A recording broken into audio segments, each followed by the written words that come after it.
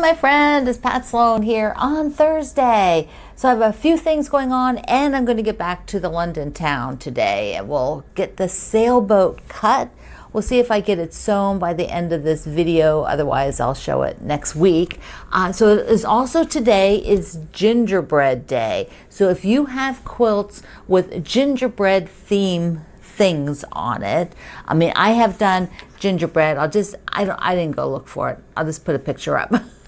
Well, it's actually gingerbread cookie day, but this is a table runner that I did. It's called Gran's Gingerbread because my granny had a green mixing bowl like that. I don't know if she had gingerbread or not. I can't remember. She always bought cookies from the farmer's market where she worked. She worked at the meat counter at the farmer's market, so she always bought most of the goodies from there. But that green bowl was just the whole thing. Was she had this great big ceramic green bowl that just sticks in my head. I loved it. She did everything in it. So that is my gingerbread. And of course we did in Christmas all year. We did gingerbread people in there from Wendy's pattern. And so if you have gingerbread people or gingerbread house quilts or fabric, share that today over at my group Quilt Along with Pat Sloan. It is also Hello Day. hello. So go ahead and say hello to somebody today. It'd be fun if you just say hello to somebody you don't know.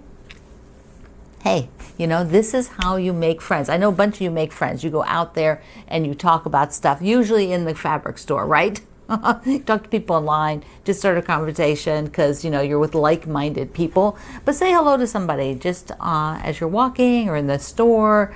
It's fun to do, very fun to do. What else do I have here? Okay, so I was cleaning my rotary cutter the other day, so I'm going to declare today clean your rotary cutter day. Whether you need to change the blade because you should and you're still using it and it's hurting your arm, but you need to change a blade, or if you haven't actually taken it apart and cleaned it, it gets a lot of lint in there. So let's take a look when I cleaned mine. The other day I was rotary cutting something and there was a pin out towards the edge, which I forgot I put there to mark the top, and I rotary cut right over the pin. So guess what? I have a nick in this and they don't get fixed. They really don't. You might get a tiny little burr off, but you're not going to get a big nick like that running over a pin. So I have a new blade and I need this case now, so I wrote old on it. So after I take it out and change it, I will put this nicked blade in here and be able to put several blades in here. I'm using the Olfa Endurance blade. That's my favorite. I do think they last longer. That's my opinion. I do a lot of cutting, so that's just what I think. So what I do with these Olfa cutters is on the back, you're able to just slide that. These are the easiest, I think, to change. So you just slide that like this, and as you know, my thumbs don't work that good. So now the blade's on here, and I would take that off. And I also check to see if I need to clean in any of these crevices in here, in and around this area. So I actually think this was a fairly new blade, and so I don't see much in there this time, but always check to see if you need to clean in there. So I'll just put the new blade on. Depending on how you work, I'm just going to put that to the side up on some fabric there. And then you can just take this, if you don't want to touch the new one, put it face down, okay? So you got the yellow part, that's what has to go on there. And you probably want to, gotta get some dust on there. Okay, put that on there and then push it back up. And it is already closed, because this is how you open and close these. Since I was doing all this with the yellow part out, that means it was not exposed. The blade was only exposed to be able to move it. So now we'll take the old nicked one, put it in here, and then keep this container until I've, got a couple of them, and then they can be disposed of. Okay, if you need to change your rotary cutter, if you need to change the blade, do it today like I did. whenever I do this now, I do be sure to go in there and get in all of those little crevices, because they just, you know, they can actually sort of halt the blade a little bit, like, because they're building up against it. They're putting pressure against the blade if you're getting a lot of stuff down in those crevices. So clean your rotary cutter, change the blade if you need to. I also did a little bit of work on getting the last set of Bee Haven blocks, because I wanted those ready to sew, since I'm going to be cutting the sailboat for London Town and want to have them, like, I'll sew those, you know, 4 blocks. So here is that selection. Again, here is the one that I did, and I will show you the one I don't like eventually, but I want all the blocks done first before I do that. So there's the one, and I now have 4 others, because I have to have 5, and I've stacked them so that each layer has, you know, is unique. There's no fabric touching another one, because I don't want any kind of L's to happen. And I do have things kind of spread around so that it's not, you know, too crazy. I want the balance so that it's much more scrappy, and nothing that can make an alternate shape. I don't want any other shapes. I want them to keep very distinctly the shapes that they have.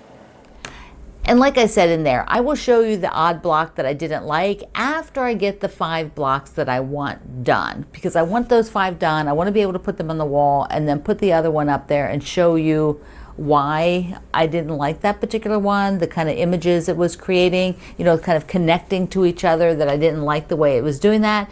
And so I will show you, but not till they're all ready, not till the other ones, the good ones, are done. Okay, London Town. This is the block. Here's the book. We're doing Nicole's book with this awesome sampler. And this is the week for the sailboat.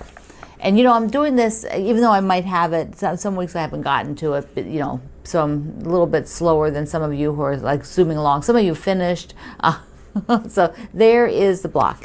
And I did have, you know, some I don't know, issues picking the fabric, because I just wasn't finding the right fabric, and I went through a bunch of stuff. So let's take a look at that. Let's look at this again before I decided.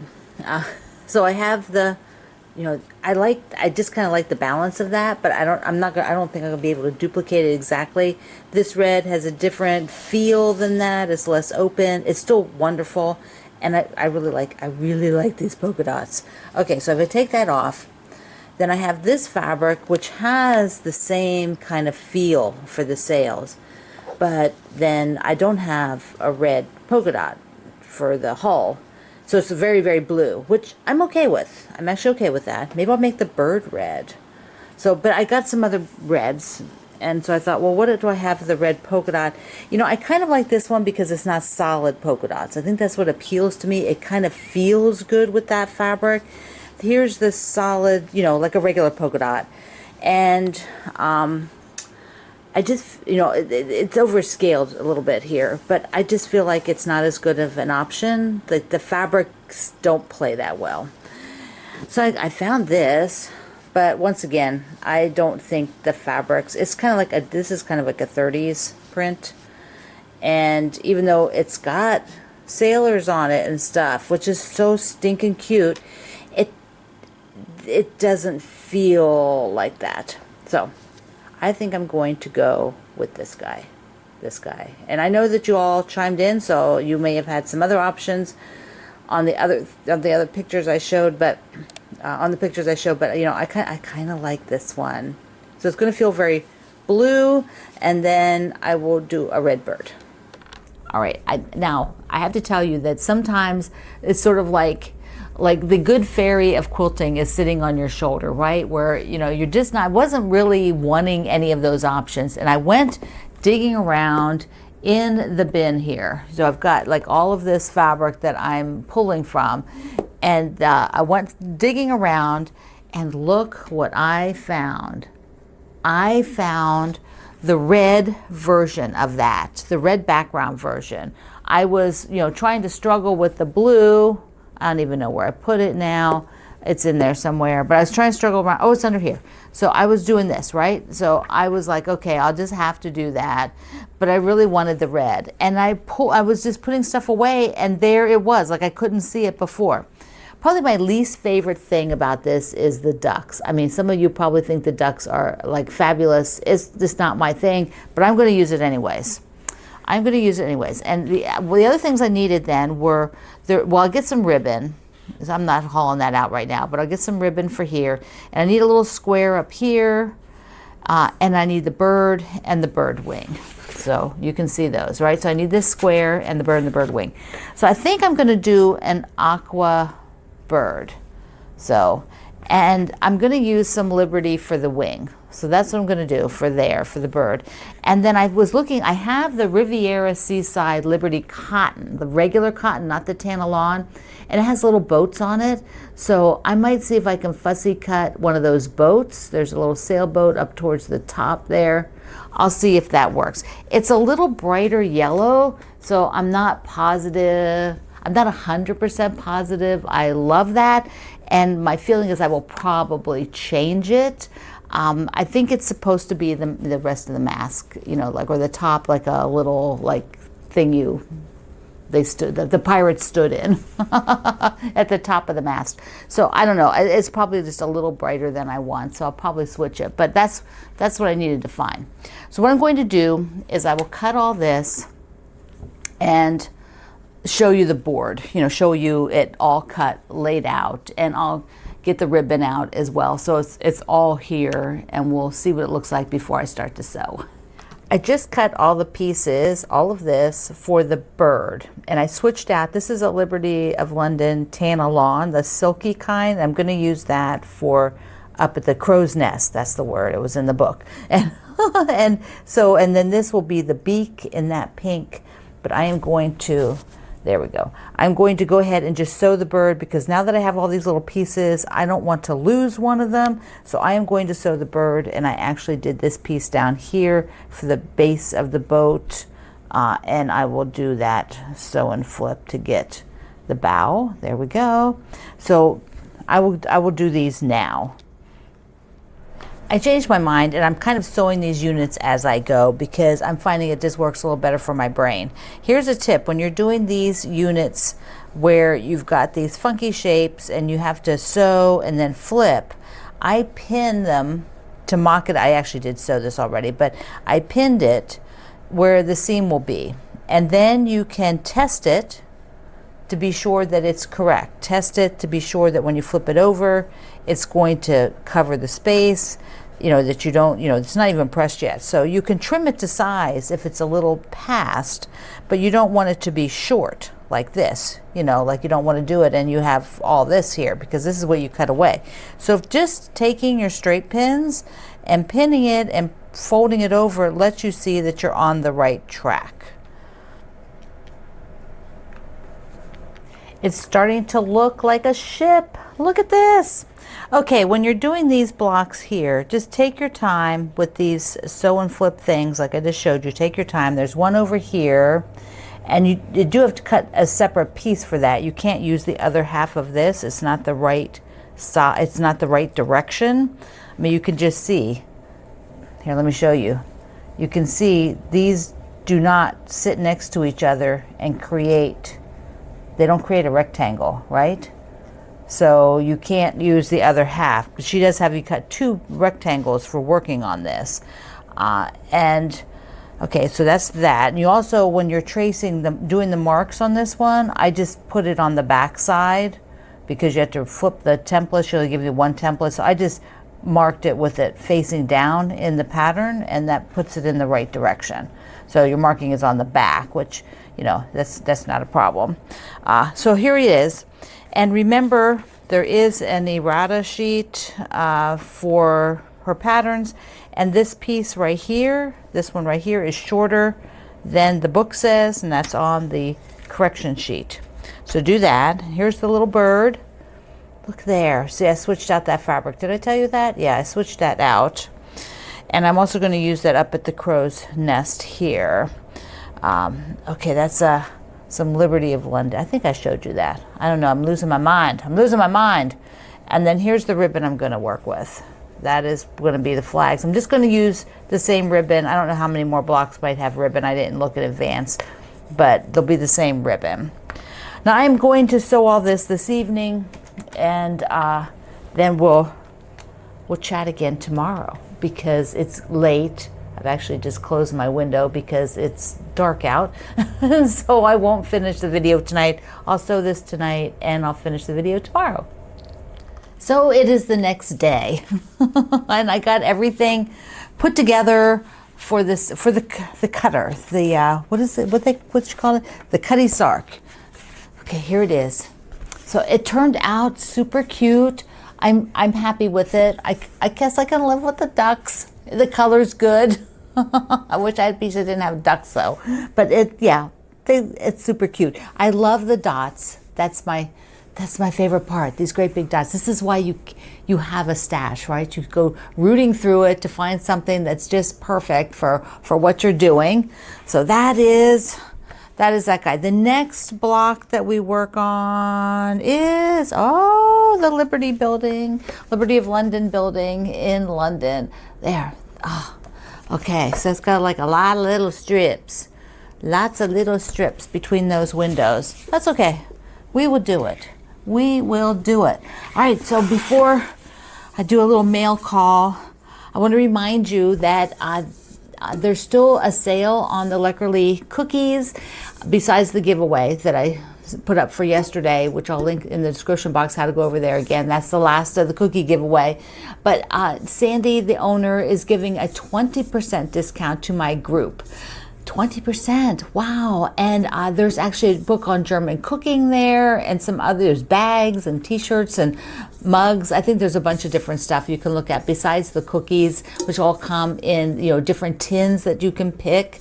So it's super fun. So you can go, the code is in the description box here below and I'll pop it up while I'm talking. So be sure you get your 20% off. It doesn't last for very long, so grab it.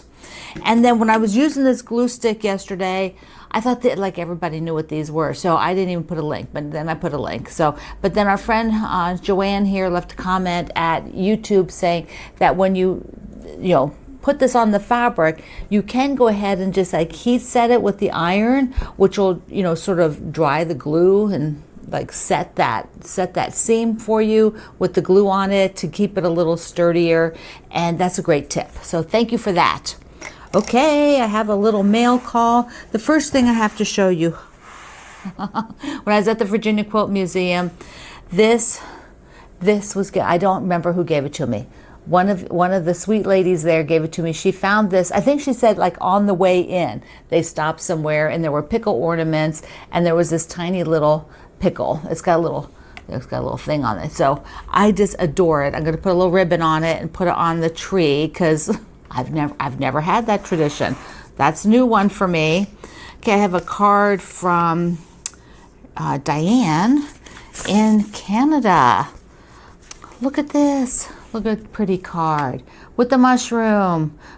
Thank you, thank you, thank you. And there's so many wonderful notes. I really appreciate all of them. I read them all. Okay, this one, donuts. And it is from Elizabeth in Ohio. The pretty card. And then she found some goodies for me. She sent along some yellow squares. Yay! December I'll get all those up there on the wall because I actually want to see what I have. And then she found this, which goes on your bag. Look at that. These are like, I have seen these before. I don't think I've ever had one. They are quite a hefty keychain, and they actually have a little zipper pocket on the back, and they're real sturdy, and they're so dimensional and layered. They're just so cool. This is the company name. So, yeah, neat. I love that. Okay, over here, got this. Came from Deborah in, Arkansas, Arizona. What is that? I didn't look it up. I always forget. So look at the pretty card from Deborah. And then she sent along, I have not opened this. I peeked. It was still folded in the plastic. Look at this. How sweet is that? So cute. So cute. Thank you for making me that. Oh my goodness. That's amazing. So darling. Little mushroom house. I don't know. Do you think I need a fairy garden? Maybe I need a fairy garden in my yard. Wouldn't that be cute? I've thought about that before, just to build a little area out with, you can get those cute little houses. There's actually a park near here that is a big park. It's called Meadowlark, if you want to look it up. And they have a little fairy garden section, and my dad's wife loves that section. And I've gotten her a couple little houses for her garden. Okay, this one is from Nancy in is it Pennsylvania? Yeah, Nancy in Pennsylvania. Look at the card. Look how pretty that is. And she sent along some candy corn gummies. Thank you. Mwah. They're so pretty. And I had a sweet gift, another one from at the show, because a couple of you were there, and this is from Darlene and Jeff, and her husband Jeff. Oops, here's the card from Darlene and Jeff.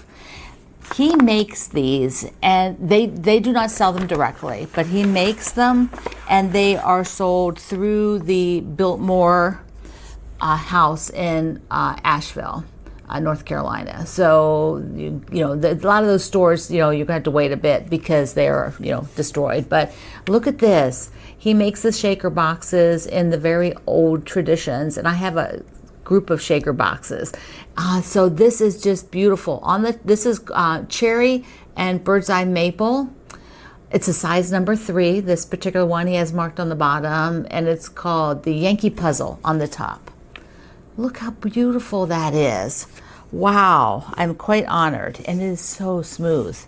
The bird's eye maple is this on the top. Isn't that beautiful? Greg used to do some woodworking, not this type of thing, but some other woodworking. So we were really into types of wood for a while. Types of wood. And my friends that I met up with that helped me with the group, I call them the ambassadors, they helped me out managing things. And it was so fun because several of them were able to come to the event, and we got to hang out in person. And you know how quilters are. When quilters, everybody brings everybody a little gift. And so Laura, she got a little truck. Look how cute that is. I do believe it's got Ohio State on it, and some maple syrup and some candies. So yummy. So yummy. I'm going to show you one of these. Suzanne, who came in from New York, Laura came with her husband from Ohio, and Suzanne, who came in from New York with her husband, she sent me she brought me a set of these they're glass, and you fill them with water, and then you put them, in your plants. Aren't they beautiful? And they're like iridescent. I can't wait to put them in there. They are so pretty. And then Suzanne does a lot on her embroidery machines. So she had these really fun little pockets done on a really sturdy felt. You can see that there. It's like a really sturdy felt, but aren't they adorable? So adorable. And you cannot resist. Look at that. Look at that. You guys find the cutest stuff. I need to shop where you shop. There's little frogs. I obviously am not shopping in the right place. I am not finding those cute things. And Kathy showed me this a while ago as a picture. And I said, oh, I want one. And then I promptly forgot about it. And she crocheted me this mushroom bag. And look at the little button closure, because it does have an opening. It does have an opening in the top. But isn't that adorable? I have to hang it up. Have to hang it up. And my buddy Wendy brought me a pair of scissors from Kohana. You can just see that name on there. They make these absolutely stunning hand enameled scissors. And so it comes in this beautiful box, but here it is. The enameling is these are just so gorgeous. They make all different sizes, and you can go to their website and you can see the whole process of how they're hand enameled, and they're different, they come in a lot of different colors, and they do exclusive colors. But yeah, isn't that beautiful? And it's a little, see there, you can see the name on there pretty good. They stamped it. But their website is pretty interesting because it does have a lot of information about how everything is made. And they're made in Japan. So just gorgeous. All right, my friends, I hope you are making a boat for your London time, London town quilt. And I will see you next week here on the videos again.